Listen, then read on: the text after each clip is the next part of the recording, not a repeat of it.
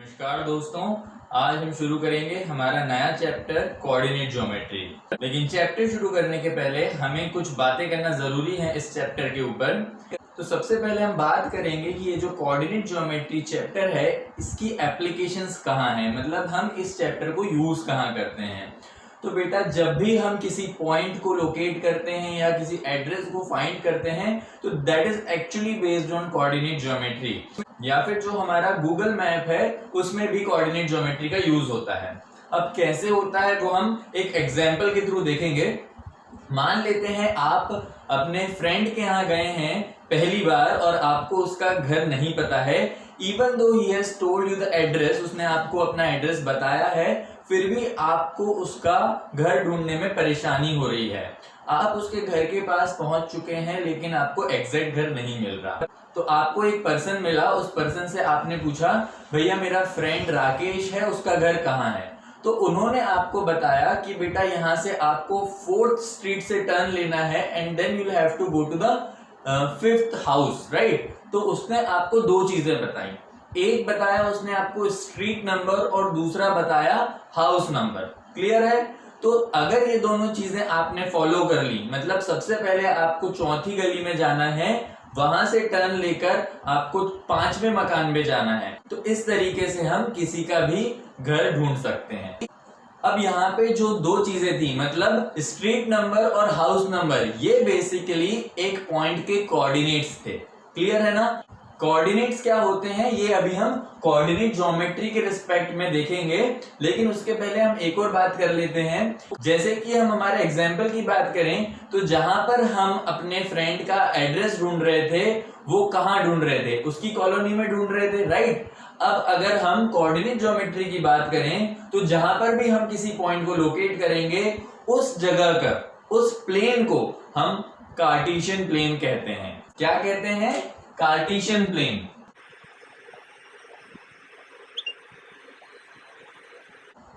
Clear है।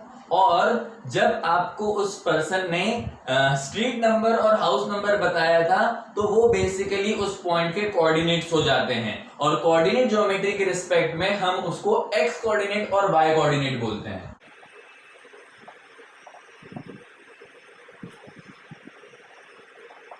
अब ध्यान से समझना, जब आपने अपने फ्रेंड का एड्रेस पूछा था तो आपको दो चीजें मिली थी। अगर उस पर्सन ने आपको दोनों में से केवल एक ही चीज बताई होती, मान लेते हैं उसने आपको सिर्फ स्ट्रीट नंबर बताया होता, तो क्या आप उसका घर ढूंढ पाते? बिल्कुल नहीं। या फिर अगर उसने आपको सिर्फ हाउस नंबर बताया होता और ये नहीं बताया होता कि आपको कौन सी स्ट्रीट में जाना है, तो भी शायद आप उसका घर नहीं ढूंढ पाते। इसी प्रकार से जब हम कोऑर्डिनेट ज्योमेट्री के कार्टेशियन प्लेन पे कोई पॉइंट को ढूंढते हैं तो हमें दो चीजें चाहिए पड़ती हैं, मतलब हमें एक्स कोऑर्डिनेट भी चाहिए पड़ेगा और वाई कोऑर्डिनेट भी चाहिए पड़ेगा। क्लियर। और जिस तरीके से अगर आपको उस पर्सन ने पहले हाउस नंबर बताया होता तो क्या आप उस हाउस नंबर पे तब तक पहुंच पाते जब तक आपको स्ट्रीट नंबर नहीं पता होता। मतलब आपको ये पहले पता होना है कि आपको कौन सी गली में टर्न लेना है। जब तक आपको गली नंबर नहीं पता तब तक आपको हाउस नंबर पता होने से कोई फायदा नहीं होने वाला। सेम उसी तरीके से जब भी हम किसी पॉइंट को, मान लेते हैं हम एक पॉइंट ए को लोकेट कर रहे हैं कार्टेशियन प्लेन पे, तो सबसे पहले हमें उसका एक्स कोऑर्डिनेट पता होना चाहिए, उसके बाद ही वाई कोऑर्डिनेट काम आता है। मतलब हम हर पॉइंट के लिए पहले एक्स कोऑर्डिनेट लिखते हैं फिर वाई कोऑर्डिनेट लिखते हैं। तो किसी भी पॉइंट का जनरल फॉर्म जो हो जाता है वो एक्स कॉमा वाई हो जाता है। क्लियर है। एक और बात मैं बता देता हूं, जो एक्स कोऑर्डिनेट है उसको हम एब्सिसा के नाम से भी बुलाते हैं और जो वाई कोऑर्डिनेट है उसे हम ऑर्डिनेट के नाम से भी बुलाते हैं। अगर इतना क्लियर हो गया है तो हम एक और चीज की बात करेंगे जिसको हम बोलते हैं रेफरेंस पॉइंट। मतलब अगर हम हमारे एग्जाम्पल में देखें तो जिस पॉइंट पे आपने उस पर्सन से एड्रेस पूछा था वो पॉइंट रेफरेंस पॉइंट था। अगर आप उस पॉइंट की जगह किसी दूसरे पॉइंट पे जाके किसी पर्सन से एड्रेस पूछते तो शायद वो आपको एड्रेस चेंज करके बताता, मतलब शायद उस पॉइंट से आपको दूसरी गली में जाना पड़ता और मकान नंबर भी शायद चेंज हो जाता। क्लियर है। तो ये बात हमेशा याद रखना, हम किसी भी पॉइंट को जब लोकेट करते हैं तो हम एक रेफरेंस पॉइंट से लोकेट करते हैं। कोऑर्डिनेट ज्योमेट्री में जो हमारा रेफरेंस पॉइंट होता है उसे हम ओरिजिन बोलते हैं।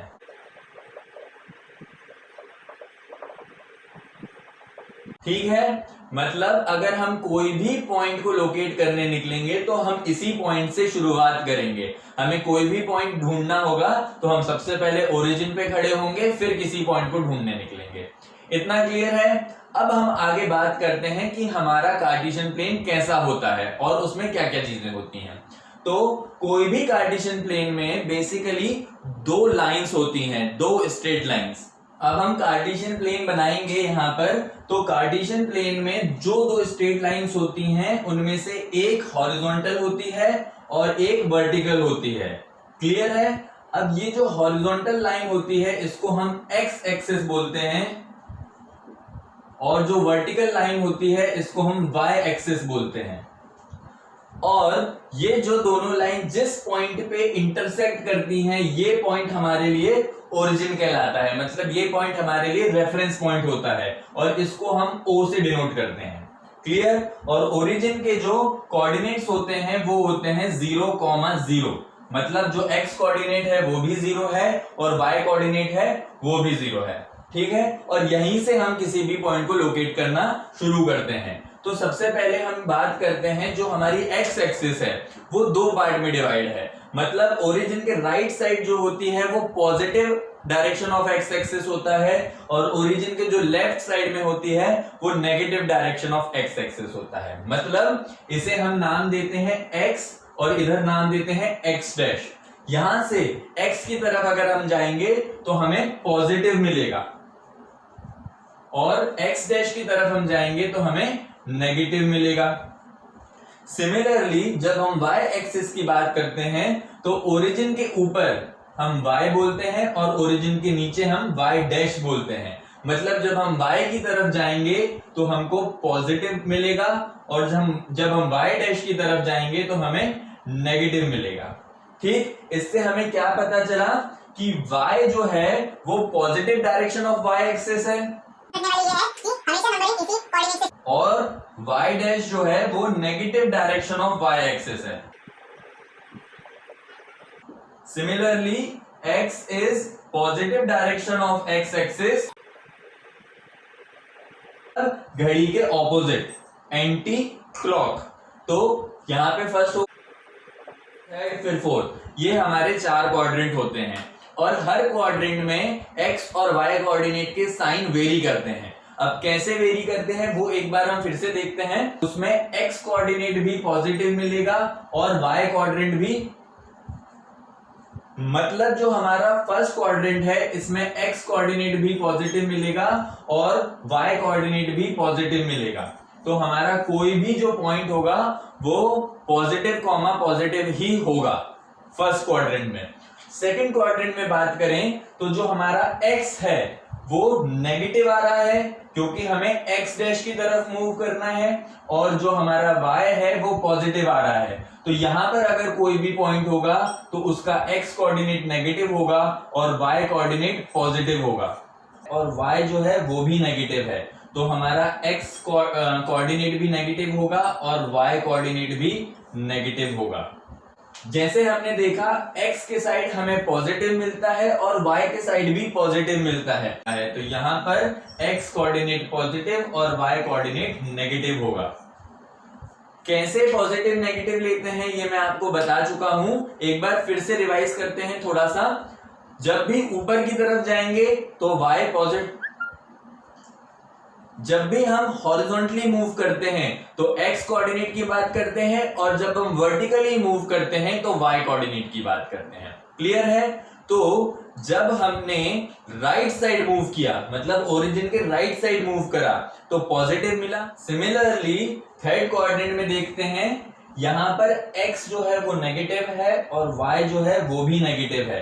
तो हमारा x कोऑर्डिनेट भी नेगेटिव होगा और y कोऑर्डिनेट भी नेगेटिव होगा। और फोर्थ क्वाड्रेंट में देखें तो x अब पॉजिटिव दिख रहा है और y जो है वो नेगेटिव दिख रहा है। तो यहां पर x कोऑर्डिनेट पॉजिटिव और y कोऑर्डिनेट नेगेटिव होगा। कैसे पॉजिटिव नेगेटिव लेते हैं ये मैं आपको बता चुका हूं, एक बार फिर से रिवाइज करते हैं थोड़ा सा। नेगेटिव पॉजिटिव, थर्ड में नेगेटिव नेगेटिव और फोर्थ में पॉजिटिव नेगेटिव। ये याद करने की जरूरत नहीं है, हम अगर अच्छे से समझ लेंगे तो हमें अपने आप ही किसी भी पॉइंट का जनरल फॉर्म निकालना आ जाएगा। पॉजिटिव, तो general form of point in first quadrant is positive positive and general form of point in second quadrant is, में क्या होता है, नेगेटिव नेगेटिव, और फोर्थ क्वाड्रेंट में क्या होता है बेटा, पॉजिटिव नेगेटिव। होती है कि अगर हम एक्स एक्सिस पे, तो ये तो हमने देख लिए कि चारों क्वाड्रेंट में पॉइंट्स कैसे होते हैं, ठीक है। लेकिन अगर पॉइंट क्वाड्रेंट पे ना लाए करे, मतलब एग्जाम्पल के तौर पे अगर हम देखें कोई पॉइंट अगर एक्स एक्सिस के ऊपर लाए कर रहा है,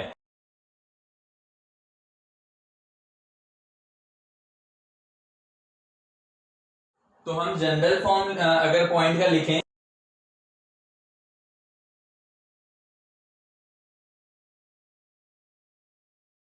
नेगेटिव पॉजिटिव, और थर्ड क्वाड्रेंट में क्या होता है, नेगेटिव नेगेटिव,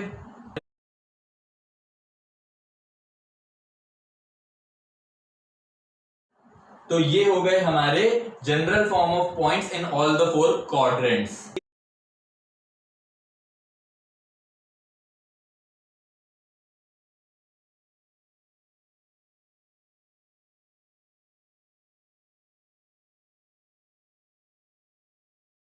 तो हम ये भी नहीं कह सकते कि पॉइंट जो है वो फर्स्ट क्वाड्रेंट में है, और ये भी नहीं कह सकते कि पॉइंट जो है वो फोर्थ क्वाड्रेंट में है। तो जब भी पॉइंट एक्सिस के ऊपर लाई करता है उसमें हमें क्या करना होता है वो भी हम देख लेते हैं। तो जब भी हम एक्स एक्सिस पे कोई पॉइंट लेंगे उसका वाई कोऑर्डिनेट हमेशा 0 होगा। मतलब इस पॉइंट को हम कैसे लिखेंगे, x, 0। एक्स कोऑर्डिनेट कुछ भी हो सकता है लेकिन वाई कोऑर्डिनेट 0 होगा। और लेफ्ट साइड में अगर ये पॉइंट होता तो एक्स कोऑर्डिनेट जो होता वो नेगेटिव होता और वाई कोऑर्डिनेट 0 ही होता। मतलब एक्स एक्सिस पे कोई भी पॉइंट होगा, एक्स कुछ भी हो सकता है लेकिन वाई कोऑर्डिनेट 0 ही होगा। सिमिलरली अगर कोई पॉइंट वाई एक्सिस के ऊपर है तो हम यहां से ये देख रहे हैं कि ये फर्स्ट क्वाड्रेंट में भी नहीं है, सेकंड क्वाड्रेंट में भी नहीं है, बीच में है, मतलब एक्सिस के ऊपर है। तो यहां पर जो हमारा x कोऑर्डिनेट होगा वो 0 होगा और y कोऑर्डिनेट कुछ भी हो सकता है। और सिमिलरली अगर ये पॉइंट नीचे होता y एक्सिस पे, ओरिजिन के नीचे, तो x कोऑर्डिनेट यहां पे भी 0 होता और y कोऑर्डिनेट कुछ भी हो सकता है। क्योंकि ओरिजिन के नीचे है तो y नेगेटिव होता है, हमें पता है, इसलिए मैंने 0, -y लिखा है। तो दो चीजें हमने क्या सीखी, any point on x axis is x, 0 and any point on y axis is 0, y। यहां पर मैंने एक कार्टेशियन प्लेन बनाया हुआ है, ये मेरी x एक्सिस है and this is my y axis and this is the positive direction of x axis और ये वाला जो है this is negative direction of x axis. Similarly ऊपर की तरफ positive direction of y axis और नीचे की तरफ negative direction of y axis. तो यहाँ पर हमने पॉइंट्स लिए हुए हैं, इस पे हमें नंबरिंग करनी पड़ेगी। तो क्योंकि राइट साइड पॉजिटिव होता है तो यहाँ पर मैंने पॉजिटिव नंबर्स लिख दिए 1 2 3 4 5 6 7 और लेफ्ट साइड नेगेटिव होता है तो यहाँ पर हम नेगेटिव नंबर लिखेंगे -1 -2 -3 -4 -5 -6 और -7, ठीक है। और सिमिलरली y एक्सिस में ऊपर की तरफ पॉजिटिव होता है तो यहाँ हमने पॉजिटिव नंबर लिख दिए 1 2 3 4 5 6 7 और नीचे की तरफ हम नेगेटिव नंबर्स लिखेंगे, मतलब -1 -2 -3 -4 -5 -6 एंड -7, ठीक है। यहाँ पर मैंने ग्राफ में 7 तक ही लिया है, हमें जैसी जरूरत होती है हम उस तरीके से पॉइंट्स लेते हैं। मतलब यहाँ पे जो मैंने 8 पॉइंट्स लिए हुए हैं, हम इन पॉइंट्स को यहाँ पर प्लॉट करेंगे। मान लेते हैं हमें पॉइंट्स कुछ अलग तरीके दिए होते, फॉर एग्जाम्पल अगर हमें कुछ पॉइंट मिलता है 20, 50, तो हम इस तरीके के पॉइंट्स का डिवीजन करके इस पॉइंट्स को नहीं प्लॉट कर पाते। डेफिनेटली अगर मेरे को x कोऑर्डिनेट 20 पे प्लॉट करना है तो 20 मेरा बहुत आगे चला जाएगा, आपके पेज में नहीं आ पाएगा। तो आपको उस केस में यहाँ पे जो पॉइंट्स लेने होते वो या तो in the interval of 10 units के लेने होते या फिर 5 यूनिट्स के। मतलब 5, 10, 15, 20, 25 इस तरीके से हमें पॉइंट्स लेने होते हैं। लेकिन फिलहाल मैंने यहाँ पर कुछ पॉइंट्स लिखे हुए हैं, हम इन पॉइंट्स को प्लॉट करना देखेंगे कि हमें इन पॉइंट्स को कैसे प्लॉट करना है। ए 2,3 मतलब जो x कोऑर्डिनेट है वो 2 है और y कोऑर्डिनेट 3 है। हमने बात करी थी कि कोई भी पॉइंट हमें प्लॉट करना है तो हम रेफरेंस पॉइंट से ही शुरू करते हैं। हमने यहाँ पर रेफरेंस पॉइंट पे अपना पेन रख दिया। अब 2 यूनिट्स हमें मूव करना है। यहाँ पर मुझे दिख रहा है पॉजिटिव 2 मतलब positive direction of x axis की तरफ मुझे 2 यूनिट्स मूव करना है। तो यहाँ पर खड़े हुए positive direction is towards right, तो यहां से हमको 1, 2 यूनिट यहां पर हमने मूव कर दिया। And now I have to move 3 units in the positive direction of y axis. तो यहां से हमें 3 यूनिट 1, 2, 3 यहां पर आकर हमें रुक जाना है। तो ये जो मेरा पॉइंट होगा इस पॉइंट को हम कहेंगे A। क्लियर है? अब हमें दूसरा पॉइंट प्लॉट करना है। दूसरा पॉइंट देख लेते हैं -4,5। अगेन हम हमारे रेफरेंस पॉइंट से ही शुरू करेंगे। हमने ओरिजिन पे हमारा पेन रखा and -4 is definitely on the negative direction of x axis. तो हमें नेगेटिव डायरेक्शन में 4 यूनिट्स मूव करना है, मतलब 1, 2, 3, 4 यहां पर आ गए। इसके बाद 5 यूनिट्स हमें positive direction of y axis पे मूव करना है, मतलब 1, 2, 3, 4, 5। तो ये हमारा 5 वाले पॉइंट पे आ जाएगा। क्लियर है? तो हम ऐसे परपेंडिकुलर भी बना सकते हैं। ये जो मेरा पॉइंट होगा इसे हम नाम दे देंगे पॉइंट बी और इसके कोऑर्डिनेट्स हैं -4,5। सिमिलरली ए के कोऑर्डिनेट भी हम लिख सकते हैं, इसके कोऑर्डिनेट हैं 2,3। क्लियर है? अब हम पॉइंट सी को प्लॉट करेंगे। It is -3, -6। -3, -6 मतलब -3 लेफ्ट साइड में मिलेगा और -6 नीचे की तरफ मिलेगा। तो हमने ओरिजिन से शुरू करा, -3 पर आए, फिर -3 से नीचे की तरफ 6 यूनिट जानी पड़ेगी क्योंकि माइनस साइन है। तो 1, 2, 3, 4, 5, 6 हमें पॉइंट यहां पर मिल जाएगा। ये जो पॉइंट है इसको हमने C बोल दिया और इसके कोऑर्डिनेट्स लिख दिए -3, -6। ठीक है? अब हम पॉइंट D प्लॉट करके देख लेते हैं। It is 5, -2। ओरिजिन पे खड़े हुए 5 यूनिट्स x एक्सिस की तरफ एंड -2 यूनिट्स y एक्सिस पे, मतलब -2 नीचे मिलेगा हमें। तो हमने -2 से यहाँ पे परपेंडिकुलर बनाया और 5 से। तो ये जो पॉइंट होगा इसे हम D बोलेंगे और इसके कोऑर्डिनेट्स हैं 5, -2। तो हमने देख लिया हमें चारों पॉइंट्स कैसे प्लॉट करे हैं। यहाँ पर हर पॉइंट हमारा अलग अलग क्वाड्रेंट में था। इसे हम फर्स्ट क्वाड्रेंट बोलते हैं, इसको हम सेकंड क्वाड्रेंट बोलते हैं, this is the third quadrant and this one is fourth quadrant. Clear है? आगे फिर और पॉइंट्स दिए हैं, उन्हें भी प्लॉट करना देखते हैं। Point P is 3,0। हमने बात करी थी जब भी y कोऑर्डिनेट 0 होता है तो हमारा पॉइंट x एक्सिस पे ही मिलता है। तो 3,0 कैसे प्लॉट करेंगे देखेंगे। ओरिजिन पे खड़े हुए x एक्सिस के अलोंग मूव करेंगे 3 यूनिट्स, मतलब 1, 2, 3 यहां पर आ गए। अब क्योंकि y कोऑर्डिनेट 0 है तो मुझे आगे मूव नहीं करना है, यहीं पे रुक जाना है। और ये जो मेरा पॉइंट है इसे हम P नाम दे देंगे एंड दिस इज 3,0। तो हमें पॉइंट x एक्सिस पे मिल गया। सेम Q को अगर हम प्लॉट करें तो इट इज 0,4।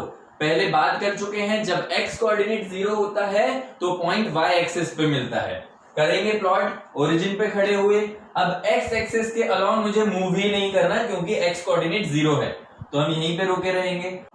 अब मुझे 4 यूनिट्स मूव करना है y एक्सिस के अलोंग, क्योंकि पॉजिटिव 4 है तो हम ऊपर मूव करेंगे 1, 2, 3, 4। ये जो पॉइंट है इसको हम नाम दे देंगे Q और इसके कोऑर्डिनेट्स हैं 0,4। आगे देखते हैं, नेक्स्ट पॉइंट को प्लॉट करेंगे R को। This is -5,0।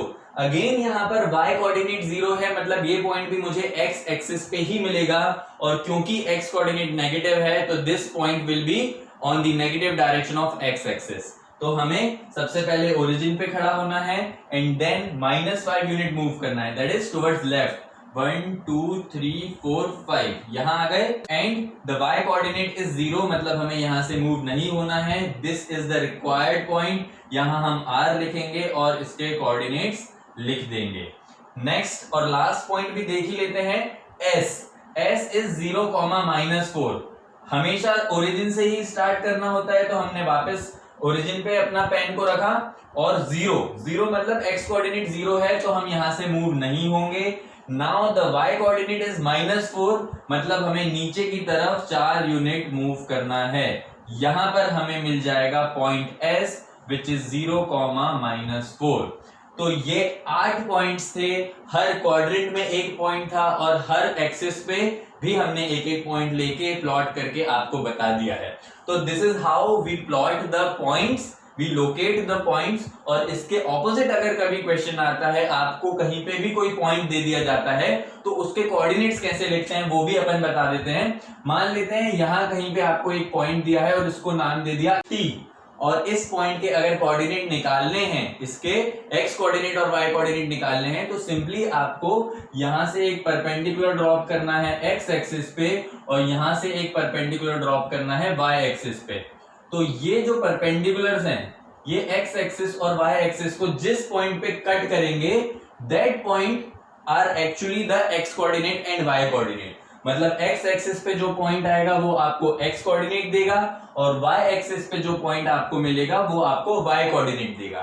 यहां पर हम प्रिसाइज वैल्यू इसलिए नहीं निकाल सकते क्योंकि ये एक रफ डायग्राम है। जब भी आप ग्राफ पे प्लॉट करेंगे तो आपको बिल्कुल प्रिसाइज वैल्यू मिलेंगी। निकालना कैसे है वो मैं आपको बता चुका हूं। आपको केवल परपेंडिकुलर ड्रॉप करना है x एक्सिस पर और y एक्सिस पर। तो हम पॉइंट्स को प्लॉट करना सीख चुके हैं। इसके बाद दूसरी चीज जो आती है वो आती है क्वाड्रेंट के बारे में। मतलब हमें पॉइंट दिया होता है और हमें उसका क्वाड्रेंट बताना होता है। तो ये चीज हम पहले भी देख चुके हैं। हमें 4 टाइप्स के पॉइंट्स मिलते हैं, या तो दोनों कोऑर्डिनेट पॉजिटिव होते हैं, या दोनों कोऑर्डिनेट नेगेटिव होते हैं, या x पॉजिटिव y नेगेटिव होता है, या फिर x नेगेटिव y पॉजिटिव होता है। अब इसका मैग्नीट्यूड कुछ भी हो, मतलब अगर 2,5 हो या 1,8 हो या 20,50 हो, कोई भी ऐसे दो कोऑर्डिनेट जिसमें x कोऑर्डिनेट भी पॉजिटिव हो और y कोऑर्डिनेट भी पॉजिटिव हो, वो फर्स्ट क्वाड्रेंट में लाया करता है। क्लियर? और अगर दोनों कोऑर्डिनेट नेगेटिव हैं, मतलब कुछ इस तरीके के पॉइंट मिलेंगे, अगर -2, -5, -6, -3 इस तरीके से, तो अगर दोनों कोऑर्डिनेट हमें नेगेटिव दिख रहे हैं, इस तरीके के पॉइंट्स थर्ड क्वाड्रेंट में लाया करते हैं। ठीक है?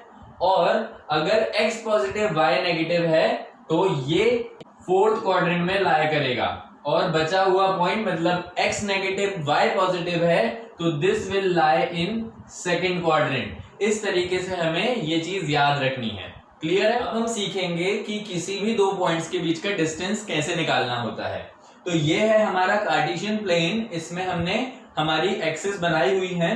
अब अगर हम दो पॉइंट ले लेते हैं, सपोजिंगली एक पॉइंट हमने लिया 5,2 पर यहां, और दूसरा पॉइंट हमने लिया -3,2 मतलब यहां। ये हो गया एक पॉइंट और ये हो गया दूसरा पॉइंट। तो अगर हम इसको A और B बोले और हमें AB के बीच का डिस्टेंस निकालना है, अब हमें जो लाइन AB है उसका अगर डिस्टेंस निकालना है तो ध्यान से देखें, जो AB लाइन है वो दो पॉइंट में डिवाइड हो रही है। इस पॉइंट को मैं फिलहाल के लिए पॉइंट P का नाम दे रहा हूं। तो जो मेरी AB की लेंथ आएगी वो AP और BP के सम के बराबर आएगी। क्लियर है? अब मुझे दो डिस्टेंस कैलकुलेट करना है, P से लेकर B तक और P से लेकर A तक। तो P से लेकर B तक जो डिस्टेंस है वो कितने यूनिट्स हैं? 1 यूनिट, 2 यूनिट, 3 यूनिट, 4 यूनिट और 5 यूनिट। मतलब ये जो डिस्टेंस है वो 5 यूनिट है। और अगर हम P से लेकर A की बात करें तो ये कितने यूनिट है? 1 यूनिट, 2 यूनिट और 3 यूनिट। तो ये 3 यूनिट डिस्टेंस है ना? अब सबसे बड़ा कंफ्यूजन आप लोगों को ये होता है कि क्योंकि यहाँ पर जो पॉइंट है वो -3 है और वहां पर जो पॉइंट है वो +5 है, तो कई लोग डिस्टेंस को 2 यूनिट लिखकर आते हैं। ये बेटा गलत होता है। क्यों गलत होता है ये भी मैं बता देता हूं। क्योंकि जब हम डिस्टेंस की बात करते हैं तो डिस्टेंस हमेशा पॉजिटिव होता है। इससे ये फर्क नहीं पड़ता कि जो कोऑर्डिनेट है वो नेगेटिव है या पॉजिटिव है। यहाँ पे जो -3 जो कोऑर्डिनेट है वो सिर्फ ये शो कर रहा है कि हमारा जो पॉइंट है वो left side of the origin में है। मतलब वो सिर्फ डायरेक्शन शो कर रहा है, उससे डिस्टेंस के साइन पे फर्क नहीं पड़ेगा।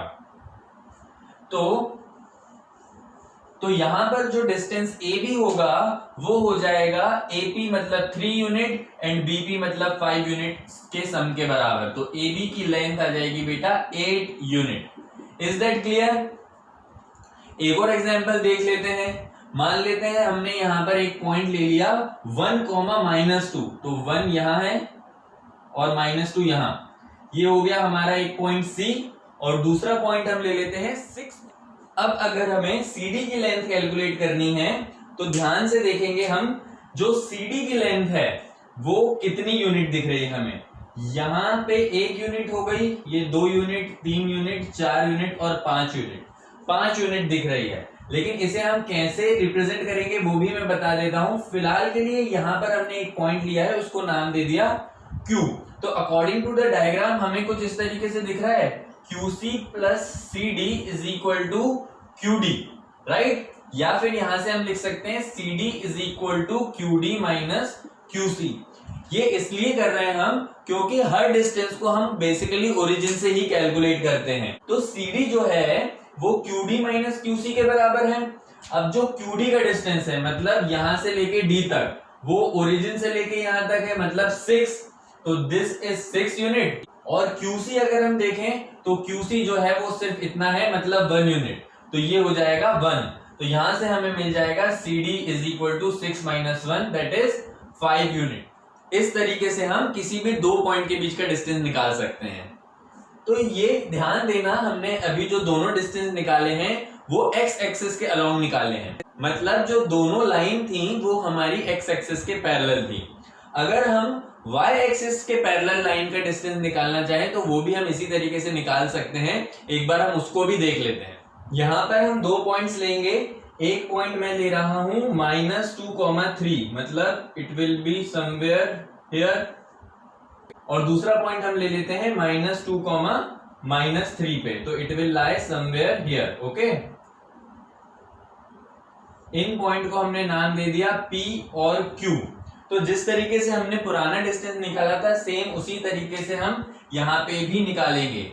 PQ जो है वो दो पार्ट में दिख रहा है हमें। हमने यहाँ पर एक पॉइंट ले लिया सपोजिंगली R, तो हमें PQ जो दिख रहा है वो दिख रहा है PR प्लस RQ। ये इसीलिए कर रहे हैं क्योंकि हम हर डिस्टेंस को ओरिजिन से कैलकुलेट करते हैं। अब PR जो है वो वर्टिकल डिस्टेंस है, ये वाला, मतलब 1 2 3 यूनिट्स, तो हमने लिख दिया यहाँ पर 3। और RQ जो है वो भी यहाँ पर 3 यूनिट्स है, तो यहाँ भी हम लिखेंगे +3। जैसे कि हमने पहले देखा था, कोऑर्डिनेट के साइन से डिस्टेंस पे फर्क नहीं पड़ता, डिस्टेंस को हम हमेशा ऐड ही करेंगे। तो 3 + 3 विल गिव मी 6, तो यहां से हमें मिल गया PQ is equal to 6 unit. Clear है? और एक और एग्जांपल देखें, अगर एक पॉइंट हम ले लेते हैं 3,4, ये हो गया हमारा एक पॉइंट, इसे हमने नाम दिया C, और दूसरा पॉइंट हम ले लेते हैं 3,2, तो this will lie somewhere here, तो ये हो गया हमारा पॉइंट D। अब अगर हमें CD की लेंथ निकालनी है तो कैसे करेंगे हम? CD के लिए हम यहाँ पर एक पॉइंट लेंगे 3 पर, इसको हम बोल देते हैं E। तो जो CD है, CD प्लस DE जो होगा वो आपका CE के बराबर होगा, या फिर CD जो है वो CE माइनस DE के बराबर होगा। अब आपकी जो CE की लेंथ है ये 4 यूनिट है, हम यहाँ लिखेंगे 4, और जो DE की लेंथ है वो 2 यूनिट है, तो हम यहाँ लिखेंगे 2। आपको CD का जो लेंथ मिलेगी वो मिल जाएगी 2 यूनिट। तो इस तरीके से हम किसी भी लाइन का डिस्टेंस निकाल सकते हैं। तो अभी हमने जो दो डिस्टेंस निकालना सीखे वो या तो हॉरिजॉन्टल लाइन का सीखा या फिर वर्टिकल लाइन का सीखा, मतलब पैरेलल टू x एक्सिस या फिर पैरेलल टू y एक्सिस। लेकिन अगर हमें इसके अलावा कोई दूसरी लाइन मिलती है, मतलब कुछ इस तरीके की लाइन, थोड़ी टेढ़ी लाइन अगर हमें मिलती है, तो उस लाइन की लेंथ हम कैसे निकालेंगे हम वो भी देखेंगे। क्लियर? यहाँ पर हमने दो पॉइंट्स लिए हैं, पॉइंट A और पॉइंट B। पॉइंट A के कोऑर्डिनेट्स जो हैं वो 1,1 है, और पॉइंट B के जो कोऑर्डिनेट्स हैं वो 5,5 है। ठीक है? अब अगर हमें AB की लेंथ निकालनी है तो सबसे पहले हमें कंस्ट्रक्शन करना पड़ेगा। हम यहां से एक लाइन बनाएंगे पैरेलल टू x एक्सिस, क्योंकि अभी हमें x एक्सिस के पैरेलल और y एक्सिस के पैरेलल ही डिस्टेंस कैलकुलेट करना आता है। और B से हम एक लाइन बनाएंगे parallel to y axis, this will join here. Okay, अगर हम इस पॉइंट को C बोल दें तो जो हमारा ये ट्राइंगल ABC है वो एक्चुअली राइट एंगल ट्राइंगल बन रहा है। ठीक है, अरे बेटा अगर हम x एक्सिस के पैरेलल लाइन बनाएंगे और y एक्सिस के पैरेलल लाइन बनाएंगे तो वो 90 डिग्री पे ही इंटरसेक्ट करेगी, क्योंकि जो हमारी कोऑर्डिनेट एक्सिस है वो 90 डिग्री पे इंटरसेक्ट करती है।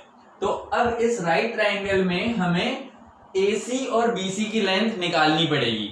AC जो है वो पैरेलल टू x एक्सिस है, हम पैरेलल टू x एक्सिस वाली लाइन का डिस्टेंस निकालना सीख चुके हैं। तो कितना हो जाएगा बेटा, AC का जो डिस्टेंस हो जाएगा वो हो जाएगा 5 - 1, मतलब 1 2 3 4 यूनिट्स। और BC का जो डिस्टेंस हो जाएगा बेटा वो हो जाएगा 5 - 1, मतलब ये भी 4 यूनिट हो जाएगा। ठीक है, और अगर हमारी AC और BC की लेंथ आ गई है तो इस ट्राइंगल में हम पाइथागोरस थ्योरम लगा सकते हैं। आई होप पाइथागोरस थ्योरम आता है आपको। पाइथागोरस थ्योरम क्या कहता है? इट सेज हाइपोटेन्यूज का square is equal to perpendicular का स्क्वायर प्लस बेस का स्क्वायर। जो 90 डिग्री के ऑपोजिट वाली साइड होती है उसको हम हाइपोटेन्यूज बोलते हैं, एंड बची वाली दो साइड में से एक परपेंडिकुलर और एक बेस हो जाती है। तो हाइपोटेन्यूज हमें निकालना है, that is equal to AB, and perpendicular आपका 4 यूनिट है और बेस भी आपकी 4 यूनिट है। तो यहां से हमें मिल जाएगा AB का square is equal to 16 + 16 and AB is equal to root AB square is equal to 32, and from here we get AB is equal to under root of 32 units. मतलब अगर हमें इस तरीके की लाइन का डिस्टेंस निकालना है तो पहले हमें इन दोनों लाइंस का डिस्टेंस निकालना पड़ेगा और फिर पाइथागोरस थ्योरम अप्लाई करके हम इस तरीके की लाइन का डिस्टेंस निकाल सकते हैं।